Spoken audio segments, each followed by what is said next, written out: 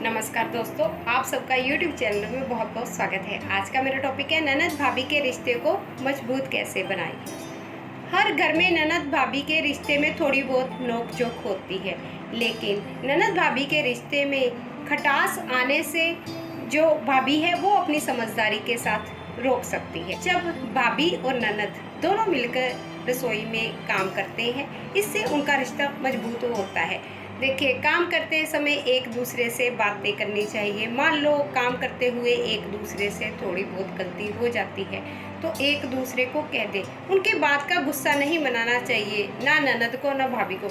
अगर आप एक दूसरे की बात का गुस्सा मनाती हैं, इससे आपका रिश्ता मजबूत नहीं हो पाएगा। आपको रिश्ते को मजबूत बनाने के लिए समझदारी से काम लेना होगा और एक दूसरे की बात को समझने की कोशिश करनी होगी। देखिए, छोटी छोटी बातें जाके जो अपनी ननद की है कभी भी अपने मायके में नहीं बतानी चाहिए। देखिए, अगर आप छोटी छोटी सी बातें जाके अपनी ननद की अपने मायके में बताएंगी तो इससे आपकी ही इमेज खराब होगी। वो देखने वाले आपके जो रिश्तेदार हैं, जो घर के मेंबर हैं, वो ये समझेंगे कि आपकी किसी के साथ बनती ही नहीं है, आपका किसी के साथ प्यार ही नहीं है। अगर भाभी ने बाज़ार में कोई शॉपिंग करने जाना है तो अपनी ननद को साथ लेकर जाए, उससे सलाह मशवरा लें। इससे क्या होगा, ननद को भी अच्छा महसूस होगा, वो भी आपसे प्यार करेगी और उसको भी किसी सलाह की ज़रूरत होगी तो वो भी आपसे कोई ना कोई सलाह ज़रूर मांगेगी। मान लो आपकी ननद को किसी काम में हेल्प की ज़रूरत है और आपको नॉलेज है, तो आपको मना नहीं करना है। आप अपनी ननद की हेल्प करने की कोशिश करें।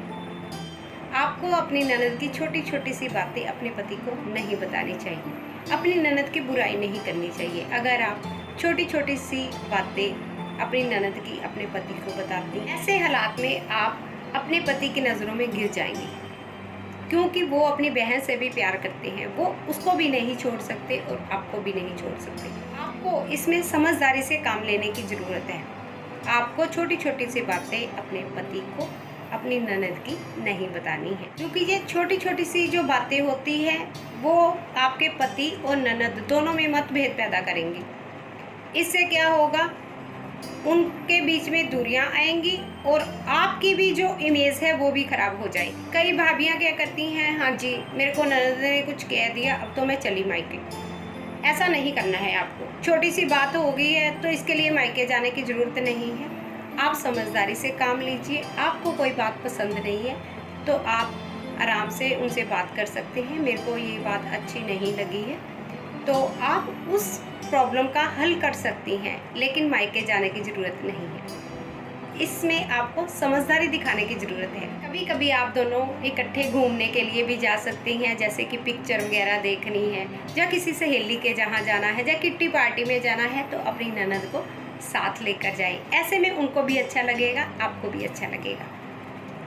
ऐसे में आपका अपनी ननद के साथ जो प्यार है वो बढ़ेगा। भाभी को अपनी ननद को जन्मदिन और त्योहारों के मौके पर विश जरूर करना चाहिए। अगर आप उनको विश करेंगे, ऐसे में आपकी जो ननद है उसको अच्छा लगेगा, वो खुशी से फूली नहीं समाएगी। देखिए मेरी भाभी कितनी प्यारी है, उसने मुझे विश किया है।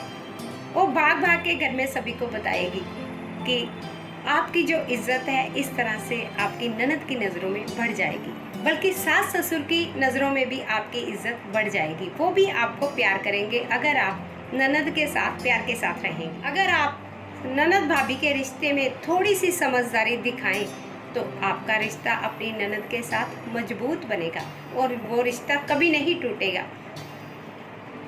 तो दोस्तों, आज का मैं अपना टॉपिक यहीं पर समाप्त करती हूँ। अगर आपको मेरा ये टॉपिक अच्छा लगा हो, आप इसे लाइक करिए, शेयर करिए, चैनल को सब्सक्राइब जरूर करिएगा। तो मिलते हैं नेक्स्ट वीडियो में। Thank you, take care.